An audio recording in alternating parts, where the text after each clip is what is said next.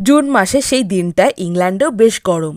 Windsor ক্যাসেলের একটা আয়েশি প্রাতরাশ সেরে ২৩ বছর বয়সী রানী ভিক্টোরিয়া অপেক্ষা করছিলেন এক বিশেষ দর্শন প্রার্থীর। নামজাদা এক ভারতীয় আসছেন রানীর কাছে, আর তার ভারতীয় সাম্রাজ্য থেকে আসা মানুষজনের সঙ্গে আলাপ পরিচয়ের শখ রানীর বরাবরই।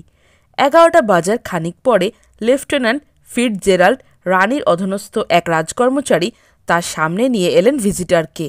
তার নাম দ্বারকানাথ ঠাকুর। লম্বা, সুভদ্র, সুদর্শন ব্রাহ্মণ।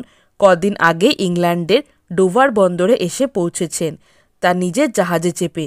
জাহাজের নাম দ্য ইন্ডিয়া। ১৮৪২ সালের ৯ জানুয়ারি কলকাতা থেকে জাহাজ ছেড়েছিল, আর তার ঠিক ৬ মাস পরেই ৯ জুন দ্বারকানাথ ইংল্যান্ডে পৌঁছান। যাত্রাপথে নেপলস সহ ইউরোপের অনেকগুলো শহর ঘুরে লন্ডনে পৌঁছে কদিনে বিশ্রাম সেরে ১৬ জুন তিনি এসেছেন রানীর দর্শনে। রানী বসেছিলেন সেই ঘরটায় যেখানে তিনি প্রধানমন্ত্রী ও বিদেশ থেকে ইংল্যান্ডে সফরে আসা হোমরা চোমরাদের দর্শন দিতেন। ঘরের দেওয়ালে তাবড় সব ইংরেজ রাজাদের ছবি, উইলিয়াম দ্য কঙ্কারার থেকে শুরু করে তৃতীয় জর্জ হয়ে রানী সালাট অবধি। মাথার ওপর লম্বা বিরাট একটা ক্রিস্টালের ঝাড়বাতি। দ্বারকানাথকে রানীর সামনে নিয়ে আসা হলো। রানী তার চেয়ারে বসলেন। দ্বারকানাথও মাথা নুয়ে প্রথা মাফিক রানীর হাতে চুম্বন করলেন।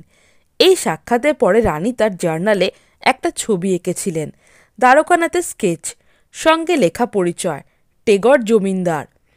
রানী ডায়েরিতে আরও যা লিখেছিলেন তার বাংলা করলে দাঁড়ায়, লেফটেন্যান্ট ফিটজেরাল্ড এক ব্রাহ্মণকে নিয়ে এলেন, যিনি হাতে চুমু খেলেন।